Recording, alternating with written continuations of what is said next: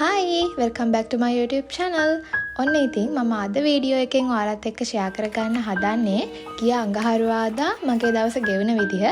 එදා මම මුළු දවසම මට පුළුවන් තරම් පාඩම් කරා මගේ end exam එකට. එහෙනම් වීඩියෝ එකත් එක්ක දිගටම එකතු වෙලා ඉන්න. ඔයාලත් එන්න මගෙත් එක්ක සතුටින් කම්මැලි නැතුව පාඩම් කරන්න.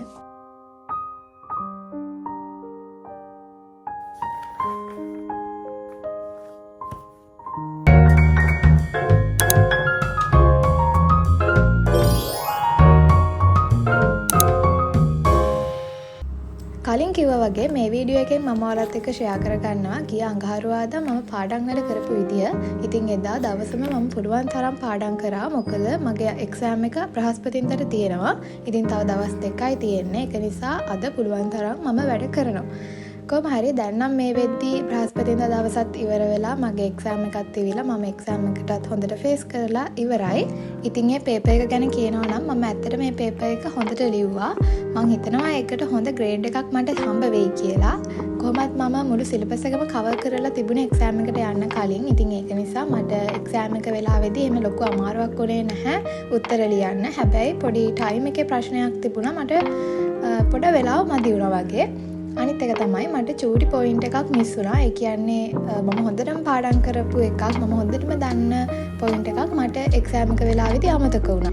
හැබැයි මම මේක හිස් තිබ්බෙත් නැහැ. 100%ක් හරි උත්තරේ නැතත් ඒ ළඟින් යන උත්තරයක් ලිව්වා. ඉතින් ඒක හින්දා මම ඒ පේපර් එක ගැන සතුටු වෙනවා. මම මහන්සි වෙච්ච තරමට මට හොඳ රිසල්ට් එකක් තියෙයි. මම කිව්වනේ මේ තියෙන්නේ මගේ ගිය අඟහරුවාදා දවස කියලා. ඉතින් එදා මම පාඩම් වැඩ කරන්න පටන් ගත්තේ උදේ 9 මාරට විතර. ඊට කලින් දවසේ රෑ, ඒ කියන්නේ සඳුදා රෑ මම පාන්දර 2 වගේ වෙනකම් පාඩම් වැඩ කරා. ඉතින් ඒක නිසා මට අඟහරුවාදා උදේ පාන්දරම හැරෙන්න බැරි වුණා. ඒ කියන්නේ උදෙන්ම නැගිටින්නේ නැහැ. මම නැගිට්ටේ 8 මාරට විතර. ඊට පස්සේ වොෂ් එකක් දාලා කිරි එකකුත් බීලා තමයි මම වැඩ කරන්න පටන් ගත්තේ.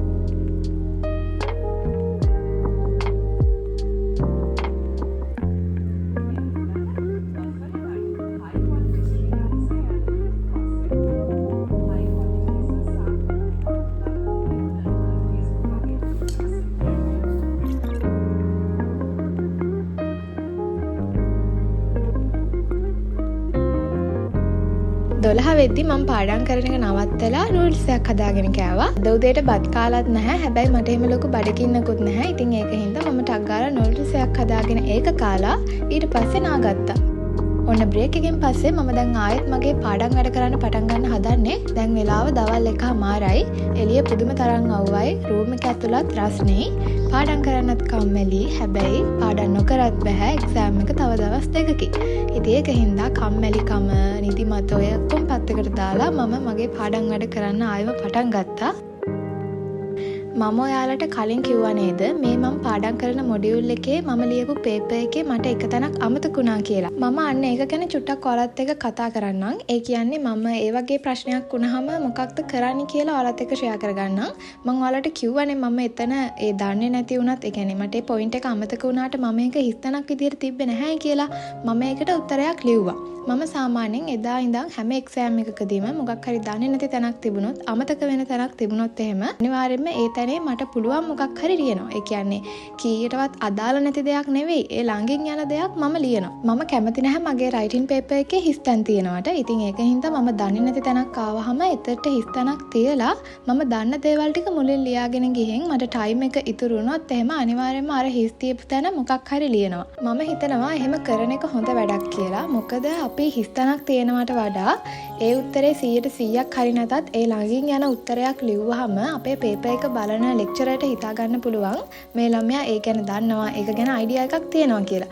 ඉතින් එහෙම හිතලා එක ලකුණක් හරි දෙන හොඳ ලෙක්චර් කෙනෙක් ඉඳියොත් අපිට ඒ එක ලකුණ හරි ගන්න පුළුවන්. අපි ලකුණ ඔක්කොම මිස් කර ගන්නවට වඩා මම හිතනවා එක ලකුණක් දෙකක් හරි එකතු කරගන්න එක හොඳයි කියලා. ඉතින් ඒක නිසා මම නම් පුළුවන් තරම් මගේ ආන්සර් ෂීට් එකේ හිස්තැන් තියන්න ඉන්නේ නැතුව තමයි try කරන්නේ. ඔයාලත් එහෙම කරන්න. මොකද එතකොට අපිට එක ලකුණක් හරි හම්බ වෙනවා නම් හම්බ වෙයි. හම්බ නොවුනත් ඉතින් ප්‍රශ්නයක් නැහැනේ. කොහොමත් අපි දන්නවනේ ඒක හරි උත්තරේ නෙවෙයි කියලා. ඉතින් ඒක නිසා හම්බ වුණත් එකයි නැතත් එකයි කියලා ඔයාලා දන්න මොනවා හරි එතන ලියන්න.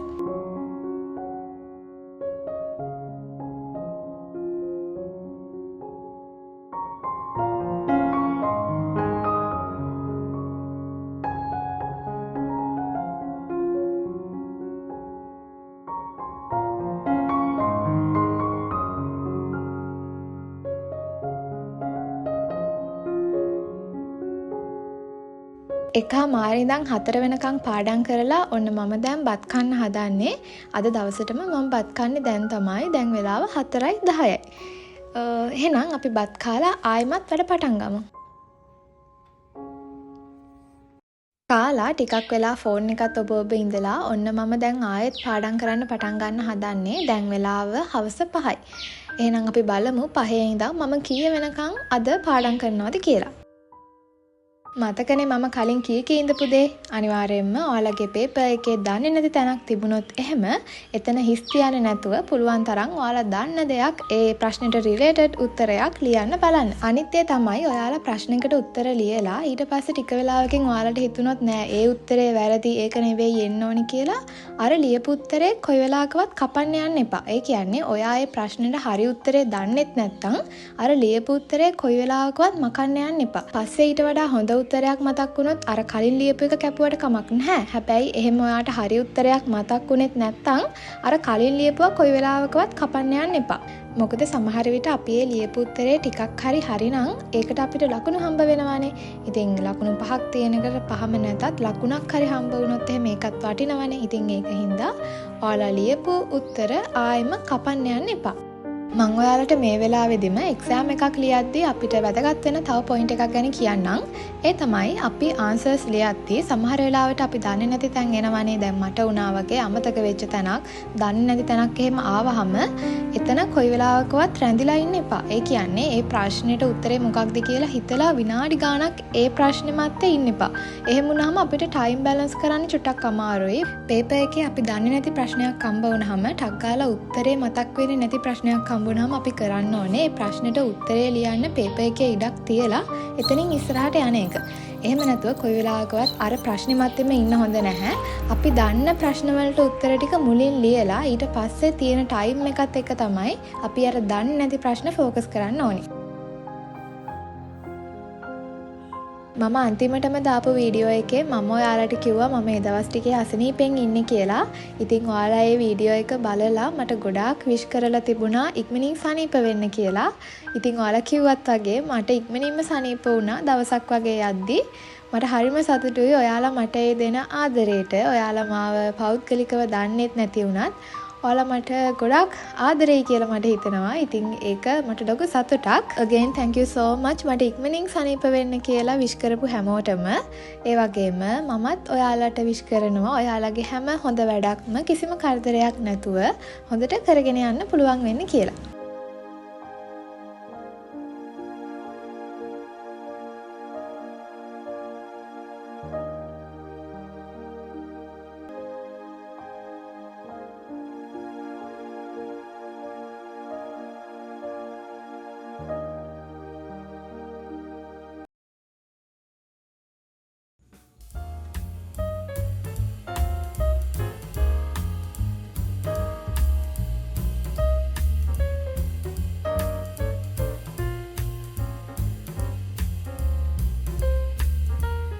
නමේ ඉඳන් 9:00 වෙනකන් පැය භාගයක බ්‍රේක් එකක් අරගෙන මම ආයෙත් මගේ පාඩම් වැඩ කරන්න පටන් ගත්තා. මම ඔයාලත් එක්ක 20 days study challenge එකක් කරන්නනේ ඉඳියේ. හැබැයි මම පහුගිය දවස් ටිකේ අසනීප වුණ නිසා මට ඒක කරන්න බැරි වුණා කියලාත් ඔයාලා දන්නවනේ. ඉතින් ඒක හින්දා ඒ දවස් ටික මිස් වුණාට කමක් නැහැ කියලා හිතලා මම හිතුවා ඊළඟ දවස් ටිකේ දේවල් ඔයාලත් එක්ක ෂෙයා කරගන්න. දැන් අද අඟහරුවාදා අද දවසම මම ඔයාලත් එක්ක ෂෙයා කරගන්නවා. මේ මෙතනින් පස්සේ එන බදාදා බ්‍රහස්පතින්දා ඔන්න ඔය දවස් ටික නොවැම්බර් 10 වෙනකම් දවස් ටික මම vlogs විදිහට ඔයාලට අරගෙන එන්නම්.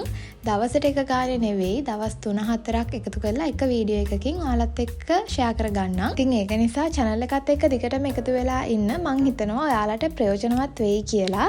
ඒ වගේම තමයි වීඩියෝස් බලනවා විතරක් නෙවෙයි ඔයාලත් මං වගේ වැඩ කරන්න ඕනේ. සමහර දවස් තියෙනවා ඉතින් අපිට එහෙම දවසම පාඩම් කරන්න බෑ. දවසම තියා සමහර ලාවට පොතක් අල්ලන්න හිතෙන්නේ නැති දවස් තියෙනවා. හැබැයි ඉතින් එහෙමයි කියලා වැඩ නොකර ඉන්නත් බෑනේ, වැඩ කරන්නත් ඕනේ.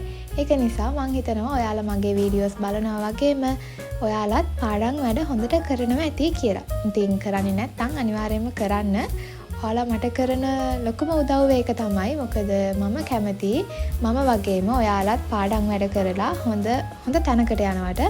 ඉතින් ඒක නිසා ඔයාලා අනිවාර්යයෙන්ම පාඩම් කරන්න ඕනේ හොඳට.